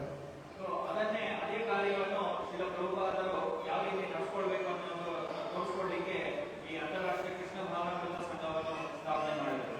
और ये अंतर्राष्ट्रीय कृष्ण भावनामृत संघ या हरे कृष्ण संस्था दूसरा कोई कार्य नहीं कर रहे। सबसे महत्वपूर्ण इसका एक ही उद्देश्य है, जो इस भौतिक संसार में माया के अधीन होकर हम इंद्रिय तृप्ति करने का प्रयास कर रहे हैं और उस छलनी में पानी भरने का प्रयास कर रहे हैं, उनसे इन सभी जीवों को बाहर निकालना। ಸೊ ಈ ಸಂಸ್ಥೆ ಹರೇ ಕೃಷ್ಣ ಸಂಸ್ಥೆ ಏನಿದೆಯೋ ಇದು ಏನ್ ಮಾಡ್ತಾ ಇದೆ ಅಂತಂದ್ರೆ ಅದೇ ಯಾವ ರೀತಿ ಈ ಇಂದ್ರಿಯ ತೃಪ್ತಿಯಲ್ಲಿ ತೊಡಗಿರುವಂತಹ ಜನಗಳು, ಅದೇ ಜಾಲಿಯಲ್ಲಿ ನೀರು ತುಂಬುವಂತಹ ಜನಗಳನ್ನು ಅದರಿಂದ ಹೊರಗಡೆ ತಂದು ಅವರನ್ನು ಉದ್ಧಾರ ಮಾಡುವಂತ ಕೆಲಸ ಮಾಡ್ತಾ ಇದೆ. उनको प्रभुपाद जी के ग्रंथों के द्वारा, इस संस्था के द्वारा सिखाया जाता है उनको याद दिलाया जा रहा है, भाई ऐसे इस जाली में कभी पानी भरने वाला नहीं है। हजारों लाखों करोड़ों भी जन्म हम पानी भरते रहेंगे, तब भी एक बार भी इस जाली में छलनी में पानी भरने वाला नहीं है। ಸೊ ಈ ಸಂಸ್ಥೆಯಲ್ಲಿ ಅದನ್ನೇ ಮಾಡಲಿಕ್ಕೆ ಪ್ರಯತ್ನ ಪಡ್ತಾ ಇದ್ದಾರೆ. ನಾವು ಎಷ್ಟೇ ಆ ಜಾಲಿಯಲ್ಲಿ ನೀರನ್ನು ತುಂಬಲಿಕ್ಕೆ ಪ್ರಯತ್ನ ಪಟ್ಟರೂ ಕೂಡ ಅದು ಸಾಧ್ಯವಾಗೋದಿಲ್ಲ. और जब हमें पता चलता है कि हम इस संसार में नहीं, इस जाली में कभी पानी नहीं भर सकते, तब हमें कृष्ण का मार्ग दिखाने का कार्य जो प्रभुपाद जी कर रहे, और ये कृष्ण को प्राप्ति करने का मार्ग है, उसको कहा गया है भक्ति। ಸೊ ಈ ಆ ಜಾಲಿಯಲ್ಲಿ ಆ ಜಗಡಿಯಲ್ಲಿ ಯಾವತ್ತೂ ನೀರು ತುಂಬೋದಿಲ್ಲ. ಹಾಗಾಗಿ ಆ ಮಾರ್ಗ ಯಾವ ರೀತಿ ಪಡಿಬೇಕನ್ನೋದು ನಮಗೆ ಪ್ರಭುಪಾದರು ತಿಳಿಸ್ಕೊಡ್ತಾ ಇದ್ದಾರೆ. जैसे किसी व्यक्ति को रायचूर से दिल्ली जाना है, तो यहाँ से जाने के लिए 2 ट्रेन जाती है, एक 2:30 बजे राजधानी और 2:55 पर कर्नाटका एक्सप्रेस। ನಾವು ದಿಲ್ಲಿಗೆ ಹೋಗಬೇಕು ಅಂತಂದ್ರೆ ರಾಯಚೂರಿಂದ 2 ಟ್ರೈನ್ಗಳು ಹೋಗ್ತವೆ, ರಾಜಧಾನಿ ಎಕ್ಸ್ಪ್ರೆಸ್, ಇನ್ನೊಂದು ಕರ್ನಾಟಕ एक्सप्रेस. सारे ट्रेन के डब्बे एक जैसे दिख रहे, सारे पर लिखा है S1, B1, A1, H1। कोई भी ट्रेन कहीं भी हम चलो कोई भी ट्रेन में बैठेंगे तो हम दिल्ली पहुंच जाएंगे, ऐसे कभी होता नहीं है। ಸೊ ಎಲ್ಲ ಟ್ರೈನ್ಗಳ ಡಬ್ಬೆಗಳು ಎಲ್ಲ ಒಂದೇ ಸಮಾನವಾಗಿ ಕಾಣುತ್ತೆ. ಅಂದರೆ ಎಲ್ಲ ಡಬ್ಬೆ ಯಾವುದೇ ಒಂದು ಡಬ್ಬೆಯಲ್ಲಿ ಕೂತ್ಕೊಂಡ್ರೆ, ಟ್ರೈನಲ್ಲಿ ಕೂತ್ಕೊಂಡ್ರೆ ನಾವು ದಿಲ್ಲಿಗೆ ಹೋಗ್ತೀವಿ ಅನ್ನೋ ಭರವಸೆ ಇಲ್ಲ. चलो हमें दिल्ली जाना है, हमने पैकिंग कर लिया, सब रेडी हो गए, कोई भी ट्रेन आ गई, प्लेटफॉर्म पर दिखी, अरे चलो भारतीय रेल है, चढ़ जाओ, बैठ गए, दिल्ली पहुंचना असंभव है। जब तक हम इन 2 ट्रेन में नहीं बैठते, तब तक हम दिल्ली पहुंचना प्राय असंभव है। ಸೊ ನಾವು ಸ್ಟೇಷನ್ಗೆ ಹೋಗ್ಬಿಟ್ಟು ಅಲ್ಲಿ ಯಾವುದೇ ಒಂದು ಟ್ರೈನ್ ಕಾಣಿಸುತ್ತೆ ಅದರಲ್ಲಿ ಹೋಗಿ ಕೂತ್ಕೊಂಡು ನಾವು ದಿಲ್ಲಿಗೆ ಹೋಗ್ಬೇಕು ಅಂದ್ರೆ ಅದು ಹೋಗಲ್ಲ. ಆದರೆ 2 ಟ್ರೈನ್ಗಳು ಇಲ್ಲಿಂದ ರಾಯಚೂರಿಂದ ಹೋಗುತ್ತೆ, ಆ ಒಂದು ಟ್ರೈನಲ್ಲಿ ಕೂತ್ಕೊಂಡ್ರೆ ಮಾತ್ರ ನಾವು ದಿಲ್ಲಿಗೆ ಹೋಗ್ಲಿಕ್ಕೆ ಸಾಧ್ಯವಾಗುತ್ತೆ. तो उसी प्रकार हम कोई भी पथ, कोई भी मत और कोई भी मार्ग पर चलने से हम भक्ति नहीं कर सकते। ಸೊ ನಾವು ಯಾವುದೇ ಒಂದು ಪಥ, ಯಾವುದೇ ಒಂದು ಮಾರ್ಗವನ್ನು ತಗೊಂಡು ನಾವು ಹೋಗ್ಲಿಕ್ಕೆ, ನಾವು ಭಕ್ತಿಯಲ್ಲಿ ಹೋಗ್ಲಿಕ್ಕೆ ಸಾಧ್ಯವಾಗೋದಿಲ್ಲ. भक्ति श्री कृष्ण की, भक्ति नारायण की, या भक्ति सिर्फ विष्णु की ही की जा सकती है। ಭಕ್ತಿ ಅಂದ್ರೆ ನಾರಾಯಣ ಭಕ್ತಿ, ಕೃಷ್ಣನ ಭಕ್ತಿ ಮಾತ್ರ ಮಾಡುವಂತದ್ದು. जैसे ब्रह्मा जी ने प्रार्थना की कि भगवान आपके अनंत अवतार है, और अनंत अवतारों में आपने अलग अलग कार्य करने के लिए रामादि मूर्ति शुक्ला नियमेन तिष्ठन नानावतार मकरोद भुवनेषु, किंतु अपने अलग अलग अवतार लिए, मगर भगवान श्री कृष्ण आप इनके मूल स्रोत है। ಸೊ ಬ್ರಹ್ಮದೇವರು ಬ್ರಹ್ಮ ಸಂಹಿತೆಯಲ್ಲಿ ಹೇಳ್ತಾರೆ, ರಾಮಾದಿ ಮೂರ್ತಿಷು ನಿಯಮೇನ ತಿಷ್ಠ, ಅಂದ್ರೆ ರಾಮ ಮತ್ತು ಬೇರೆ ಅವತಾರಗಳು ಇವರಿಗೆಲ್ಲರಿಗೂ ಮೂಲ ಸ್ವರೂಪ ಕೃಷ್ಣನೇ ಅಂತ ಹೇಳ್ತಾರೆ. हम देखते हैं इस संसार में कोई भी मंदिर में जाकर हम नमस्कार करेंगे, कोई भी देवी के सामने हम पूजा करेंगे, जैसे लोगों की आदत होती है। सोमवार शिव जी के मंदिर, मंगलवार गणेश जी का मंदिर, बुधवार विठल मंदिर, गुरुवार दत्त मंदिर, शुक्रवार लक्ष्मी मंदिर, शनिवार शनिदेव या हनुमान जी का मंदिर, और रविवार कोई नहीं तो फिर हरे कृष्ण मंदिर। ಸೊ ಸಾಮಾನ್ಯವಾಗಿ ಒಂದು ಅಭ್ಯಾಸ ಇದೆ, ಒಬ್ಬೊಬ್ಬರು ಒಂದೊಂದು ವಾರದಲ್ಲಿ ಒಂದೊಂದು ಮಂದಿರಕ್ಕೆ ಹೋಗ್ಬೋದು. ಸೋಮವಾರ ಶಿವನ ಮಂದಿರಕ್ಕೆ, ಮಂಗಳವಾರ ಒಬ್ಬೊಬ್ಬರು ಒಂದೊಂದು ಗಣಪತಿಯಾಗಿ, ಬೇರೆ ಬೇರೆ ಶುಕ್ರವಾರ ಲಕ್ಷ್ಮೀ ದೇವಿಗೆ, ಒಂದೊಂದೊಂದು ಮಂದಿರಕ್ಕೆ ಹೋಗುವಂತ ಅಭ್ಯಾಸ ಇದೆ. और सबको लगता है हम इतना सब करेंगे तो हम भक्ति कर रहे हैं और भगवान के धाम वैकुंठ की प्राप्ति हमें होगी। ಸೊ ಇಷ್ಟು ಮಾಡಿದ್ರೆ ಸಾಕು, ನಾವು ಭಗವಂತನ ಧಾಮ ವೈಕುಂಠಕ್ಕೆ ಹೋಗ್ಬೋದು ಅಂತ ತಿಳ್ಕೊಳ್ತಾರೆ. मगर भगवत गीता में भगवान कहते हैं, यान्ति देवव्रता देवान पितृन यान्ति पितृव्रता भूतानि यान्ति भूतेजा याति मध्या जिनोपिमाम। जो देवी देवताओं की उपासना करेंगे वो देवती देवताओं के पास जाएंगे, जो पितरों की पूजा करेंगे वो पितर लोक में जाएंगे, जो भूत पिशाच की पूजा करेंगे वो पिशाच योनि में प्राप्त करेंगे, मगर जो मेरी पूजा करेंगे वही सिर्फ मेरे पास आएंगे। ಸೊ ಭಗವದ್ಗೀತೆಯಲ್ಲಿ ಭಗವಂತ ಹೇಳ್ತಾರೆ, ಯಾರು ದೇವಿ ದೇವತೆಗಳ ಪೂಜೆ ಮಾಡ್ತಾರೋ ಅವರು ದೇವಿ ದೇವತೆಗಳ ಲೋಕಕ್ಕೆ ಹೋಗ್ತಾರೆ, ಯಾರು ಪಿತೃಗಳ ಪೂಜೆ ಮಾಡ್ತಾರೋ ಅವರು ಪಿತೃಗಳ ಲೋಕಕ್ಕೆ ಹೋಗ್ತಾರೆ, ಯಾರು ನನಗೆ ಪೂಜೆ ಮಾಡ್ತಾರೋ ಅಂದ್ರೆ ಕೃಷ್ಣನಿಗೆ ಪೂಜೆ ಮಾಡ್ತಾರೋ ಅವರು ನನ್ನ ಲೋಕಕ್ಕೆ ಸೇರಿಕೊಳ್ತಾರೆ ಅಂತ. पुराणों में पंचोपासना बताई गई है।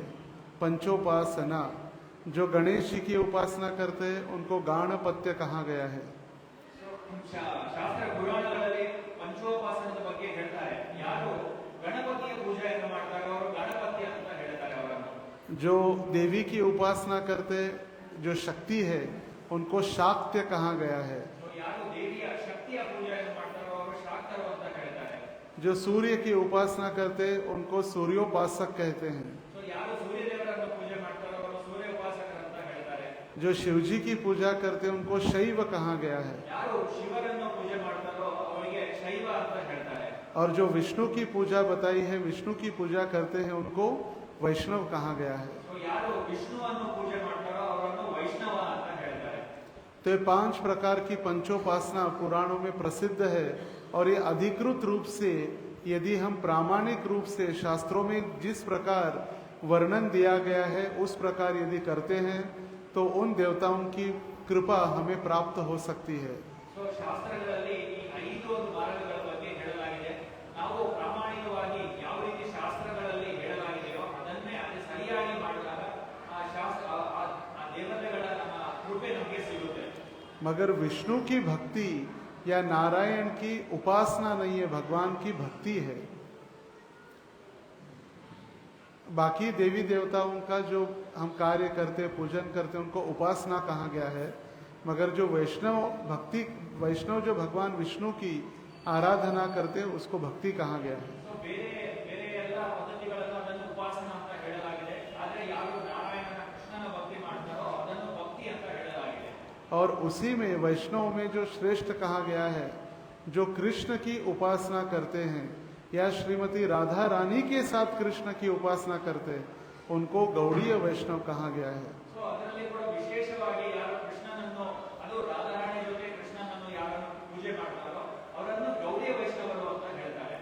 और जो गौड़ीय वैष्णव है वही श्रीमती राधा रानी और कृष्ण की कृपा प्राप्त कर सकते हैं। क्योंकि राधा रानी के लिए हम जब प्रार्थना करते हैं, हे राधे हमें भगवान की सेवा में लगाइए, तो माता ममत्व जो होता है, माँ का ममत्व, श्रीमती राधा रानी हमें भगवान की कृपा प्राप्त करने के लिए मदद करती है। ಸೊ ಯಾರು ಅದರಲ್ಲೂ ಕೂಡ ವಿಶೇಷವಾಗಿ ರಾಧಾರಾಣಿಗೆ ಪ್ರಾರ್ಥನೆ ಮಾಡ್ಕೊಳ್ಳೋದು, ಹೇ ರಾಧಾರಾಣಿ ನನಗೆ ಭಗವಂತನ ಸೇವೆಯಲ್ಲಿ ತೊಡಗಿಸು ಅಂತ ಹೇಳ್ತಾರೋ ಅವಾಗ ತಾಯಿಯ ಒಂದು ಮಹತ್ವ ಏನಿರುತ್ತೋ ಆ ಕರುಣೆಯ ಭಾವದಿಂದ ನಮ್ಮನ್ನು ಉದ್ಧಾರ ಮಾಡ್ತಾರೆ. जैसे शास्त्रों में वर्णन किया गया, जितने भी अलग अलग देवियों के रूप है वो श्रीमती राधा रानी के दिव्य बालों से प्रकट हुए हैं। ಸೊ ನಾವು ಶಾಸ್ತ್ರಗಳಲ್ಲಿ ಕೇಳ್ತೀವಿ, ಬೇರೆ ಎಲ್ಲ ದೇವಿಗರು ಯಾರಿದ್ದಾರೋ ಅವರೆಲ್ಲ ಕೂಡ ರಾಧಾರಾಣಿಯ ಒಂದು ಕೇಶಗಳಿಂದ ಕೂದಲಿನಿಂದ ಅವತಾರ ತಗೊಳ್ತಾರೆ. और ऐसे असंख्य लक्ष्मी भगवान के धाम में, गोलोक धाम में हाथ जोड़कर खड़ी है भगवान की सेवा करने के लिए। ಅಲ್ಲಿ ಗೋಲೋಕದಲ್ಲಿ ಅಸಂಖ್ಯ ಲಕ್ಷ್ಮಿಯರು ಎಲ್ಲರೂ ಕೂಡ ಭಗವಂತನ ಸೇವೆ ಮಾಡ್ತಾ ಇದ್ದಾರೆ. और ये गोलोक धाम, ये इस भौतिक जगत के, इस ब्रह्मांड के परे है, जो भगवान का निजी धाम या भगवान का निजी घर है। ಸೊ ಗೋಲೋಕ ಧಾಮ ಅಂತ ಹೇಳ್ತಾರೋ ಅವೆಲ್ಲ ಕೂಡ ಈ ಒಂದು ಲೋಕಕ್ಕೆ ಮೇಲೆ ಗೋಲೋಕ ಧಾಮ ಇದೆ, ಅಲ್ಲಿ ಭಗವಂತನ ಸೇವೆ ಮಾಡ್ತಾರೆ. और जब दुर्गा देवी देखती है माँ कि ये भक्त भगवान की प्राप्ति करने के लिए प्रयत्नशील है, प्रामाणिकता से भगवान की भक्ति करने का प्रयास कर रहा है, तो उसको सर्टिफिकेट दिया जाता है, अभी आप बुद्धिमान हो चुके हैं, इस मेंटल हॉस्पिटल से बाहर जा सकते हैं। ಸೊ ದುರ್ಗಾದೇವಿ ಏನ್ ಮಾಡ್ತಾರೆ ಅಂದ್ರೆ, ಯಾವ ಭಕ್ತ ಚೆನ್ನಾಗಿ ಭಕ್ತಿಯನ್ನು ಮಾಡ್ತಾ ಇದ್ದಾನೋ ಅಂತ ಒಂದು ಭಕ್ತನಿಗೆ ಸರ್ಟಿಫಿಕೇಟ್ ಕೊಟ್ಟು ಈ ಒಂದು ಉಚ್ಚರ ಆಸ್ಪತ್ರೆಯಿಂದ ನಮ್ಮನ್ನು ಹೊರಗಡೆ ಕಳಿಸ್ಬಿಡ್ತಾರೆ. और जो सोचते हैं कि नहीं हमको इधर ही रहना है, जीना यहाँ मरना यहाँ, इसके सिवा जाना कहाँ, तो फिर उनके लिए त्रिशूल हाथ में उनके पास सदैव तैयार है। ಸೊ ಯಾರು ಅನ್ಕೊಳ್ತಾರೋ ನಾವು ಇಲ್ಲೇ ಇದ್ದೀವಿ, ಚೆನ್ನಾಗಿರ್ತೀವಿ ಅಂತ ಹೇಳ್ತಾರೋ, ಇಲ್ಲೇ ಇರ್ತೀವಿ, ಇಲ್ಲೇ ಸಾಯ್ತೀವಿ ಅನ್ಕೊಳ್ತಾರೋ ಅಂತವರಿಗೆ ತ್ರಿಶೂಲದಿಂದ ಅವರಿಗೆ ಟ್ರೀಟ್ಮೆಂಟ್ ಕೊಡ್ತಾರೆ. फिर हम ये बार बार बार बार कष्ट भुगतते रहते, जन्म मृत्यु जरा व्याधि दुख दोष अनुदर्शनम, और फिर भी हमको लगता है नहीं कितना अच्छा है, अभी मैं छोटा हूँ, मुझे सब प्रेम कर रहे, मैं बड़ा हो जाऊँगा, मेरा घर है, मेरी शादी होगी, फिर मेरा परिवार होगा, मेरे बच्चे होंगे, फिर उन बच्चों को मैं बड़ा करूँगा। ये प्लानिंग करते करते हमारा जीवन ऐसे ही व्यर्थ बीत जाता है। ಸೊ ಯಾರು ಅನ್ಕೊಳ್ತಾರೋ ಇಲ್ಲಿ ಎಲ್ಲ ಚೆನ್ನಾಗಿದೆ, ಆರಾಮಾಗಿದ್ದೀನಿ, ನನ್ನೆಲ್ಲ ಚೆನ್ನಾಗಿ ನೋಡ್ಕೊಳ್ತಾ ಇದ್ದಾರೆ, ಚೆನ್ನಾಗಿ ಮಾತಾಡಿಸ್ತಾರೆ, ನನ್ನ ಮದುವೆ ಆಗುತ್ತೆ, ಮಕ್ಕಳಾಗ್ತಾರೆ, ಎಲ್ಲ ಆರಾಮಾಗಿರುತ್ತೆ ಅಂತ ಯಾರು ಅನ್ಕೊಳ್ತಾರೋ और भगवान के लिए हम कभी समय नहीं देते, भक्ति के लिए कभी समय नहीं देते, तो फिर हमारा जीवन पूरी तरह से ये पूरा श्रम जितना भी हम कष्ट कर रहे उससे कुछ हमें प्राप्त होता नहीं है। ಸೊ ನಾವು ಎಷ್ಟೆಲ್ಲ ಕಷ್ಟಪಡ್ತಾ ಇದೀವೋ ಅದು ಏನೋ ನಮಗೆ ಸಿಗೋದಿಲ್ಲ ಕೊನೆಗೆ. तो इसीलिए जो भी हम उत्सव मनाते हैं उस उत्सव के पीछे क्या कारण है ये हमें समझना बहुत महत्वपूर्ण होता है। ಹಾಗಾಗಿ ನಾವು ಯಾವ ಉತ್ಸವಗಳನ್ನು ಮಾಡ್ತಾ ಇದೀವೋ ಆ ಉತ್ಸವದ ಹಿಂದೆ ಏನಿದೆ, ಕಾರಣ ಏನಿದೆ ಅನ್ನೋದು ತಿಳ್ಕೊಳ್ಳೋದು ತುಂಬಾ ಮುಖ್ಯ. जब हम किसी शिव मंदिर में जाते हैं तो शिव मंदिर में जब हम प्रार्थना करते हैं, हे शिव जी आपने हलाहल विष पान किया और उस हलाहल विष को आपने अपने कंठ में रख दिया, मगर श्री राम के नाम के उच्चारण से इस कष्ट से आप मुक्त हो जाते हैं। तो उसी प्रकार इस भौतिक सागर में हम विष पान कर रहे, आप अपनी जो राम के प्रति जो श्रद्धा प्रेम और जिस प्रेम से आपने इस राम का नाम लेते हैं वो नाम की कृपा हम पर कर दीजिए। ಸೊ ನಾವು ಯಾವಾಗ ಶಿವನ ಮಂದಿರಕ್ಕೆ ಹೋಗ್ತೀವೋ ಅವಾಗ ನಾವು ಯಾವ ರೀತಿ ಪ್ರಾರ್ಥನೆ ಮಾಡಬೇಕು ಅಂದ್ರೆ, ಯಾವ ರೀತಿ ಶಿವ ಹಲಹಲ ವಿಷಯವನ್ನು ತನ್ನ ಕಂಠದಲ್ಲಿ ಧಾರಣೆ ಮಾಡಿದ್ನೋ ಅದೇ ರೀತಿ ನಾವು ಕೂಡ ಈ ಒಂದು ಸಂಸಾರದ ವಿಷಯವನ್ನು ನಾವು ಧಾರಣೆ ಮಾಡಿದ್ದೀವಿ. ನೀವು ಯಾವ ರೀತಿ ರಾಮನ ನಾಮದಿಂದ ನೀವು ಯಾವ ರೀತಿ ಅದರಿಂದ ಮೇಲೆ ಹೋಗ್ತೀರೋ ಅದೇ ರೀತಿ ನಮ್ಮನ್ನು ಕೂಡ ರಾಮನ ನಾಮದ ಮೂಲಕ ನಮ್ಮನ್ನು ಕೂಡ ಉದ್ಧಾರ ಮಾಡಿ ಅಂತ ನಾವು ಪ್ರಾರ್ಥನೆ ಮಾಡಬೇಕು. जब भगवान श्री कृष्ण 6 दिन के थे और उस समय पूतना राक्षसी उनको विष पिलाकर मारने आई थी, तो उस समय भगवान ने अपने आंखें बंद किए थे। तो आचार्यगण भगवान आंखें क्यों बंद किए इसका वर्णन करते हैं। ಯಾವಾಗ ಭಗವಂತ ಕೃಷ್ಣ ಸಣ್ಣ ಬಾಲಕನಾಗಿದ್ದೋ ಅವಾಗ ಪೂತನ ಎಂಬ ರಾಕ್ಷಸಿ ಭಗವಂತನನ್ನು ಕೊಲ್ಲಲಿಕ್ಕೆ ವಿಷವನ್ನು ಧಾರಣೆ ಮಾಡಿಕೊಂಡು ಬರ್ತಾಳೆ. सबसे पहला कारण श्री जीव गोस्वामी और विश्वनाथ चक्रवर्ती ठाकुर बताते भगवान आंख बंद किए थे क्योंकि भगवान एक बालक होने के नाते डरने का एक भूमिका निभा रहे थे, ढोंग कर रहे थे डरने का। ಸೊ ಅವಾಗ ಯಾವಾಗ ರಾಕ್ಷಸಿ ಬಂದು ಅವಾಗ ಕೃಷ್ಣ ಕಣ್ಮುಚ್ಕೊಳ್ತಾರೆ. ಯಾಕೆ ಕಣ್ಮುಚ್ಕೊಂಡಿದ್ದಾರೆ ಅನ್ನೋದಕ್ಕೆ ಬೇರೆ ಬೇರೆ ಆಚಾರ್ಯಗಳು ಬೇರೆ ಬೇರೆ ಟೀಕಾವನ್ನು ಹೇಳ್ತಾರೆ. ಅದರಲ್ಲಿ ಮೊದಲನೇದಾಗಿ ಜೀವ ಗೋಸ್ವಾಮಿ ಹೇಳ್ತಾರೆ, ಒಬ್ಬ ಬಾಲಕ ಯಾವ ರೀತಿ ಭಯಂಕರವಾದ ರಾಕ್ಷಸನ ನೋಡುವಾಗ ಹಂಚ್ಕೊಳ್ತಾರೋ ಹಂಚ್ಕೊಂಡಿರೋ ತರ ನಾಟಕ ಮಾಡಿದ್ರೆ ಅನ್ನೋದು ಅಂತ ಒಬ್ಬ ಆಚಾರ್ಯರು ಹೇಳ್ತಾರೆ. दूसरा कारण बताए, यदि भगवान आँख खोलकर पूतना के आंखों में आंखें डाल देते तो आंखों ही आंखों में प्यार हो जाता, फिर प्रेम होने के बाद वो पूतना को कैसे मार सकते थे, इसीलिए आंखें बंद की। ಸೊ ಇನ್ನೊಬ್ಬರು ಆಚಾರ್ಯರು ಹೇಳ್ತಾರೆ, ಕೃಷ್ಣ ಏನಾದರೂ ಕಣ್ಣು ತೆಗೆದು ಆ ರಾಕ್ಷಸಿಯನ್ನು ನೋಡಿದ್ರೆ ಆ ರಾಕ್ಷಸಿಗೆ ಕೃಷ್ಣನ ಮೇಲೆ ಪ್ರೇಮವಾಗಿ ಕೊಂದೇ ಇರಲಿಕ್ಕೆ ಮಾಡ್ತಾ ಇರ್ಬೋದೇನೋ. और तीसरा कारण बताते भगवान आंखें बंद करके शिवजी का ध्यान करते, हे शिवजी आप तो हलाहल विष पीने के लिए प्रसिद्ध है और आज मुझे विष पिलाने के लिए पूतना आई है, तो आप कृपया करके मुझे इस विष पान करने में सहायता कीजिए। ಸೊ ಮೂರನೇ ಕಾರಣ ಏನು ಅಂದ್ರೆ, ಶಿವಜಿಗೆ ಶಿವನನ್ನು ಕೃಷ್ಣ ಪ್ರಾರ್ಥನೆ ಮಾಡ್ಕೊಳ್ತಿದ್ರಂತೆ. ಏನಂದ್ರೆ, ನೀವು ಹಲಹಲ ವಿಷವನ್ನು ನಿಮ್ಮ ಮುಂಚೆ ಕೊಟ್ಟಿದ್ದೀರಾ, ಹಾಗಾಗಿ ಇಲ್ಲಿ ಕೂಡ ಆ ವಿಷವನ್ನು ನಾನು ಸೇವನೆ ಮಾಡಲಿಕ್ಕೆ ನೀವು ಸಹಾಯ ಮಾಡಿ ಅಂತ ಪ್ರಾರ್ಥನೆ ಮಾಡ್ತಿದ್ರಂತೆ. जैसे वर्णन किया गया नंदगांव में जब शिवजी भगवान का दर्शन करने के लिए आए तो माता यशोदा ने देखा कि शिवजी के गले में मुंडमाला, बिच्छू, सर्प, ऐसा विचित्र रूप मेरा अगर लाला देखेगा तो डर जाएगा, इसलिए उनको आने के लिए या दर्शन देने के लिए मना कर दिया। ಸೊ ಕೃಷ್ಣ ಬಾಲಕನಿರ್ಬೇಕಾದ್ರೆ ಶಿವ ಏನ್ ಮಾಡ್ತಾರೆ, ಅವರ ದರ್ಶನ ಪಡಿಬೇಕು ಅಂತ ಹೇಳಿ ಬೃಂದಾವನಕ್ಕೆ ಹೋಗ್ತಾರೆ. ಅಲ್ಲಿ ಶಿವನ ಒಂದು ಭಯಂಕರ ರೂಪ, ಮುಂಡಮಾಲ ಇದೆ, ಸರ್ಪ ಇದೆ, ಇದನ್ನು ನೋಡಿ ಕೃಷ್ಣ ಹಂಚಿಕೊಳ್ತಾನೆ ಅಂತ ಹೇಳಿ ಯಶೋದ ಮಾತೆ ದರ್ಶನ ಕೊಡೋದಿಲ್ಲ. मगर भगवान उस समय से रोना, कंटिन्यू रोना प्रारंभ करते, भगवान रुकते नहीं, बहुत सारे उपाय करने का प्रयास होता है मगर भगवान रोना रोकते नहीं है। ಆದ್ರೆ ಬಾಲಕೃಷ್ಣ ಏನ್ ಮಾಡ್ತಾನೆ, ಯಾವಾಗ ಶಿವನ ದರ್ಶನ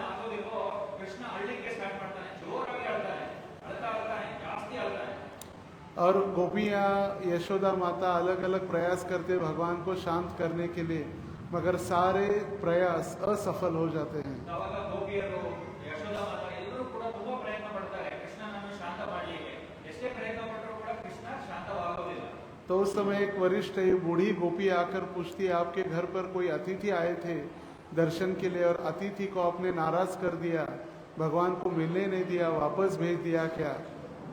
ಅವಾಗ ಒಬ್ಬ ಮುದುಕಿ ಗೋಪಿ ಬಂದು ಅಲ್ಲಿ ಕೇಳ್ತಾರೆ, ಇಲ್ಲಿ ಯಾರಾದ್ರೂ ನಿಮ್ಮ ಮನೆಗೆ ಯಾರಾದ್ರೂ ಅತಿಥಿಗಳು ಬಂದಿದ್ರ, ಅವರನ್ನ ನೀವು ಏನಾದ್ರೂ ದರ್ಶನ ಕೃಷ್ಣನ ದರ್ಶನ ಕೊಡ್ಲಿಲ್ವಾ, ಏನಾದ್ರೂ ಆಯ್ತಾ ಅಂತ ಕೇಳಿದ್ರು. और शिवजी जब वापस चले जाते तो आस लगा कर बैठते नंद भवन के पास। थोड़े दूर जाने के बाद खेती में आस लगा कर बैठते हैं कि कब यशोदा हमें बुलाएगी और छोटे लाला का मुझे दर्शन होगा। और इसीलिए शिवजी का नाम हो जाता है आसेश्वर महादेव। ಸೊ ಅಲ್ಲಿಂದ ಶಿವ ಏನ್ ಮಾಡ್ತಾರೆ, ನಿರಾಶೆಗೊಂಡು ದೂರ ಹೋಗಿ ಒಂದು ಆಸೆಯನ್ನು ಇದರಿಂದ ಕೂತ್ಕೊಳ್ತಾರೆ. ಯಾವಾಗಲಾದ್ರೂ ಕರೀತಾರೆ ಕೃಷ್ಣನ ದರ್ಶನ ಆಗುತ್ತೆ ಅಂತ ಅಲ್ಲಿ ಒಂದು ಜಾಗ ಇದೆ ವೃಂದಾವನದಲ್ಲಿ, ಅಲ್ಲೇ ಕೂತ್ಕೊಳ್ತಾರೆ. ಆ ಕಾರಣ ಅಲ್ಲಿ ಆಶೇಶ್ವರ ಮಹಾದೇವ ಅಂತ ಹೇಳ್ತಾರೆ. ये स्थान नंद भवन से थोड़ा सा दूर टेर कदम के पास है। ಸೊ ಈ ಸ್ಥಳ ನಂದ ಭವನದಿಂದ ಸ್ವಲ್ಪ ದೂರದಲ್ಲಿ ಬೇರೆ ಕದಂ ಅಂತ ಸ್ಥಳ ಇದೆ, ಅಲ್ಲಿ ಆಶೇಶ್ವರ ಮಹಾದೇವ ಇದ್ದಾರೆ. देखिए भगवान शिवजी भी भगवान कृष्ण की प्राप्ति के लिए उनके दर्शन के लिए लालायित है। और हम शिवजी के पास जाकर हमें सुंदर पत्नी दीजिए, हमें बंगला दीजिए, घर दीजिए, हम प्रार्थना करते हैं। ನೋಡಿ, ಶಿವ ಕೂಡ ಕೃಷ್ಣನನ್ನು ಪ್ರಾಪ್ತಿ ಮಾಡಲಿಕ್ಕೆ, ಕೃಷ್ಣನ ದರ್ಶನ ಪಡಲಿಕ್ಕೆ ಲಾಲಾಯಿತರಾಗಿರ್ತಾರೆ. ಆದ್ರೆ ನಾವು ಶಿವನ ಹತ್ರ ಹೋಗಿ ನಾವೇನ್ ಕೇಳ್ಕೊಳ್ತೀವಿ, ಸುಂದರವಾದ ಪತ್ನಿಯನ್ನು ಕೊಡಿ, ಇಲ್ಲ ಗಾಡಿ ಬಂಗ್ಲಾ, ಇಂಥವನ್ನು ನಾವು ಭೌತಿಕವಾದ ವಿಷಯಗಳನ್ನು ನಾವು ಕೇಳ್ತೀವಿ. हम देवी के पास भी जाकर, जो देवी भगवान की शक्ति है, शक्तिमान के द्वारा प्राप्त हुई शक्ति, और इस भौतिक जगत को संभालने की जिम्मेदारी दुर्गा देवी या शक्ति की है। और दुर्गा देविಯ ಕಾರ್ಯ ಏನು, ಶಕ್ತಿಯ ಕಾರ್ಯ ಏನು ಅಂತಂದ್ರೆ ಇದನ್ನೆಲ್ಲ दुर्गा देवी इस भौतिक संसार को नियंत्रित कर रही है और ये सेवा वो भगवान के द्वारा उन्हें प्राप्त हुई है। ದುರ್ಗಾ ದೇವಿಯ ಕಾರ್ಯ ಏನು ಅಂದ್ರೆ ಈ ಎಲ್ಲ ಜಗತ್ತಿನಲ್ಲಿ ಏನೇನು ಕಾರ್ಯಗಳು ನಡೀತಾ ಇದ್ದಾವೆ ಅದನ್ನೆಲ್ಲ ಕಂಟ್ರೋಲ್ ಮಾಡೋದು, ನಿಯಂತ್ರಣ ಮಾಡೋದು ಮತ್ತು ಭಗವಂತನ ಹತ್ರ ಹೋಗ್ಲಿಕ್ಕೆ ಸಹಾಯ ಮಾಡೋದು. और सारे जीवों को जो भगवान के पास नहीं जाना चाहते उनको दुर्गा देवी अपने त्रिशूल से कष्ट दे रही है। ಮತ್ತೆ ಯಾರು ಭಗವಂತನ ಹತ್ರ ಹೋಗ್ಲಿಕ್ಕೆ ಅವರಿಗೆ ಇಚ್ಛೆ ಇಲ್ವೋ ಅಂತವರನ್ನು ತ್ರಿಶೂಲದ ಮೂಲಕ ಶಿಕ್ಷೆ ಕೊಡ್ಲಿಕ್ಕೆ ಇರ್ತಾರೆ. तो जब हम इस नवरात्रि में दुर्गा देवी को प्रार्थना करेंगे तो हम प्रार्थना कर सकते हैं कि ये दुर्गा देवी आप मुझे सहायता कीजिए, आप इस दुर्ग के जेलर है। दुर्गा मतलब दुर्ग और दुर्गा जेलर, जेल जेलर। आप मुझे आशीर्वाद दीजिए कि इस दुर्ग से हम बाहर निकल सके। ಸೊ ನಾವು ದುರ್ಗಾ ದೇವಿ ಹತ್ರ ಏನು ಪ್ರಾರ್ಥನೆ ಮಾಡಬೇಕು ಅಂತಂದ್ರೆ, ದುರ್ಗಾ ಅಂದ್ರೆ ಕೋಟೆ. ಸೊ ಕೋಟೆಗೆ ಜೈಲರ್ ಯಾವ ರೀತಿ ಜೈಲರ್ ಇರ್ತಾರೋ ಅದೇ ರೀತಿ ಈ ದುರ್ಗಾ ದೇವಿ ಈ ಒಂದು ಜಗತ್ತಿಗೆ ಜೈಲರ್ ಆಗಿದ್ದಾರೆ. ನಮ್ಮನ್ನು ಈ ಒಂದು ಕಾರಾಗೃಹದಿಂದ ನಮ್ಮನ್ನು ಹೊರಗಡೆ ತೆಗೀರಿ ಅಂತ ಹೇಳಿ ನಾವು ಪ್ರಾರ್ಥನೆ ಮಾಡಬೇಕು. हम उनको कह सकते हैं हमारी जो इंद्रिया कभी संतुष्ट नहीं होने वाली है और हम भी वो छन्नी लेकर बैठे हैं जाली लेकर पानी भरने के लिए, ये कभी होने वाला नहीं है। आप कृपा करके हमें सर्टिफिकेट दीजिए जिससे हम कृष्ण के पास जल्द से वापस चले जा सके। ನಾವು ಇನ್ನೊಂದು ಪ್ರಾರ್ಥನೆ ಏನ್ ಮಾಡಬಹುದು ಅಂದ್ರೆ, ನಾವು ಈ ಇಂದ್ರಿಯ ತೃಪ್ತಿಗಳು ಎಷ್ಟು ಮಾಡಿದ್ರು ಕೂಡ ಅದು ತೃಪ್ತಿ ಆಗೋದಿಲ್ಲ. ಅದೇ ರೀತಿ ಯಾವ ರೀತಿಯ ಜಾಲಿಯಲ್ಲಿ ಅಷ್ಟೇ ನೀರು ಕುಡಿದ್ರು ಕೂಡ ತುಂಬೋದಿಲ್ವೋ, ನಮಗೆ ಕೂಡ ಸರ್ಟಿಫಿಕೇಟ್ ಕೊಟ್ಟು ನಮ್ಮನ್ನು ಈ ಲೋಕದಿಂದ ಪಾರು ಮಾಡಿ ಅಂತ ಹೇಳಿ ಕೇಳಬೇಕು. जब पहले नवरात्रि उत्सव होती तो हर रोज दिए लगाए जाते थे मंदिरों में, हर रोज अलग अलग उत्सवों का आयोजन होता था, सभी वैदिक पाठ वैदिक मंत्रों का उच्चारण होता था, सभी एकत्रित आके यज्ञ करते थे और सभी एक साथ प्रसाद का वितरण होता था। ಮುಂಚೆ ಏನಾಗ್ತಿತ್ತು ಅಂದ್ರೆ ದೀಪಗಳನ್ನು ಬೆಳಗಿಸಲಾಗ್ತಾ ಇತ್ತು, ಮತ್ತೆ ಎಲ್ಲ ಶಾಸ್ತ್ರಗಳಿಂದ ಮಂತ್ರೋಚ್ಚಾರಣೆಗಳನ್ನು ಮಾಡ್ತಾ ಇದ್ರು, ಯಜ್ಞಗಳನ್ನು ಮಾಡ್ತಾ ಇದ್ರು, प्रसाद वितरण ವಿತರಣೆ ಆಗ್ತಾ ಇತ್ತು, ಪೂಜಾ ಪುನಸ್ಕಾರಗಳೆಲ್ಲ ಕೂಡ ಆಗ್ತಾ ಇತ್ತು. मगर आजकल सिर्फ डांडिया और गरबा के नाम पे सिर्फ पिक्चर के गाने लगाकर डांस होते रहते हैं। ಆದ್ರೆ ಇವಾಗ ದಾಂಡಿಯಾ ಗರ್ಭ ಅಂತ ಹೇಳಿ इस प्रकार हम कैसे उनको प्रसन्न कर सकते हैं? ಸೊ ಈ ರೀತಿ ಮಾಡಿದ್ರೆ ಯಾವ ರೀತಿ ನಾವು ದೇವಿಯನ್ನು ಪ್ರಸನ್ನಗೊಳಿಸಲಿಕ್ಕಾಗುತ್ತೆ? तो हम जब भी जाएंगे उनके पास प्रार्थना करने के लिए जाएंगे कि इस भौतिक संसार से हमें जल्द से जल्द आप ही मुक्त करा सकते हैं, क्योंकि आपके पास इस भौतिक जगत से बाहर जाने का रास्ता है या चाबी है। ಸೊ ನಾವು ಇನ್ನೊಂದು ಪ್ರಾರ್ಥನೆ ಮಾಡಬಹುದು. ನಾವು ನಿಮ್ಮ ಹತ್ರ ಮಾತ್ರ ನಮ್ಮನ್ನು ಈ ಒಂದು ಜಗತ್ತಿನಿಂದ ಬೇರೆ ಜಗತ್ತಿಗೆ ಕಳಿಸಲಿಕ್ಕೆ ನಿಮಗೊಂದು ಮಾತ್ರ ಶಕ್ತಿ ಇದೆ, ನಿಮಗೆ ಹತ್ರ ಅದರ ಕೀಲಿ ಇದೆ, ನಮ್ಮನ್ನು ದಯವಿಟ್ಟು ಆ ರೀತಿ ಕಳಿಸಿ ಅಂತ ಹೇಳಿ ಪ್ರಾರ್ಥನೆ ಮಾಡಬೇಕು. और जिस दिन माया या ये दुर्गा हमारा भौतिक जगत का द्वार खोल के भगवान के पास जाने के लिए हमें रास्ता दे देगी, और वही हमारा असली विजयादशमी या विजयोत्सव होगा। ಸೊ ಯಾವಾಗ ನಾವು ಈ ಒಂದು ಜಗತ್ತಿನಿಂದ ಹೊರಗಡೆ ಹೋಗ್ತೇವೋ ಅದೇ ನಿಜವಾದ ವಿಜಯದಶಮಿ ಅನ್ಸ್ಕೊಳ್ಳುತ್ತೆ. हमारा सही में विजय होगा इस माया के ऊपर या दुर्गा देवी के कार्यों के ऊपर। ಸೊ ನಿಜವಾಗಿಯೂ ನಮ್ಮ ಒಂದು ವಿಜಯ ಆಗುತ್ತೆ, ಮಾಯಾದ ಒಂದು ಕಾರ್ಯದಿಂದ ನಮಗೆ ವಿಜಯ ಸಿಗುತ್ತೆ. और हम भगवान श्री रामचंद्रों के चरणों में पहुंच जाएंगे तो वही हमारा असली विजय होगा, जिससे हम कभी भी इस भौतिक संसार में पुनः वापस लौटकर नहीं आएंगे। ಸೊ ನಿಜವಾದಂತಹ ವಿಜಯ ನಮಗೆ ಅವಾಗಲೇ ಸಿಗುತ್ತೆ ಯಾವಾಗ ನಾವು ಈ ಒಂದು ಜಗತ್ತಿನಿಂದ ನಾವು ಹೊರಗಡೆ ಹೋಗ್ತೀವೋ. तो विजयादशमी या दशहरा दूसरा तीसरा कोई उत्सव नहीं है। हमारे हृदय के अंदर जो काम रूपी रावण बैठा है उसका अंत करना ही विजयादशमी है। ವಿಜಯದಶಮಿ ದಸರಾ ಅಂತಂದ್ರೆ ಏನು ಅಂತಂದ್ರೆ ನಮ್ಮ ಒಳಗಡೆ ಇರುವಂತಹ ಕಾಮ ಕ್ರೋಧ ಲೋಭ ಇವೆಲ್ಲ ಏನಿದೆಯೋ ಅದರಿಂದ ವಿಜಯ ಪಡೆಯೋದೇ ಈ ವಿಜಯದಶಮಿ ಅಂದ್ಕೊಳ್ಳುತ್ತೆ. जैसे सीता का हरण किया रावण ने काम वासना के अधीन होकर, हमारे हृदय के अंदर भी जितने दुर्गुण है या काम वासना है ये रावण का प्रतीक है।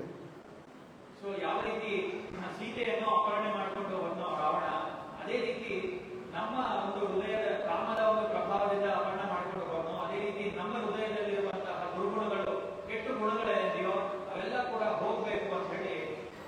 और जिस दिन इस काम वासना का वध होगा या भगवान की कृपा हमें होगी तो वही हमारा विजय उत्सव होगा। ಸೊ ಯಾವ ದಿವಸ ನಮ್ಮ ಹೃದಯದಲ್ಲಿರುವಂತಹ ಕಾಮದ ಇಚ್ಛೆ ಏನಿದೆಯೋ ಯಾವಾಗ ಹೋಗುತ್ತೋ ಅದೇ ನಿಜವಾದ ವಿಜಯದಶಮಿ. तो इसलिए हम अभी दुर्गा के मंडप में जब जाएंगे, मंदिरों में जाएंगे तो क्या प्रार्थना करेंगे? इस भौतिक जगत से हमें जल्द से जल्द छुटकारा दे, और जो भक्ति या जो सेवा आप भगवान की कर रहे उसी प्रकार हमें सेवा करने के लिए आशीर्वाद प्रदान करे। ಸೊ ನಾವು ದುರ್ಗಾದೇವಿ ಹತ್ರ ಹೋದಾಗ ಏನ್ ಪ್ರಾರ್ಥನೆ ಮಾಡಬೇಕು? ಆದಷ್ಟು ಬೇಗ ನಮ್ಮನ್ನು ಈ ಭೌತಿಕ ಜಗತ್ತಿನಿಂದ ನಮ್ಮನ್ನು ದೂರ ಮಾಡಿ ಮತ್ತು ನಮ್ಮ ಹೃದಯದಲ್ಲಿರುವಂತಹ ಎಲ್ಲ ಕೆಟ್ಟ ಗುಣಗಳಿದೆಯೋ ಅದನ್ನು ಸ್ವಚ್ಛ ಮಾಡಿ ಅಂತ ಕೇಳಬೇಕು.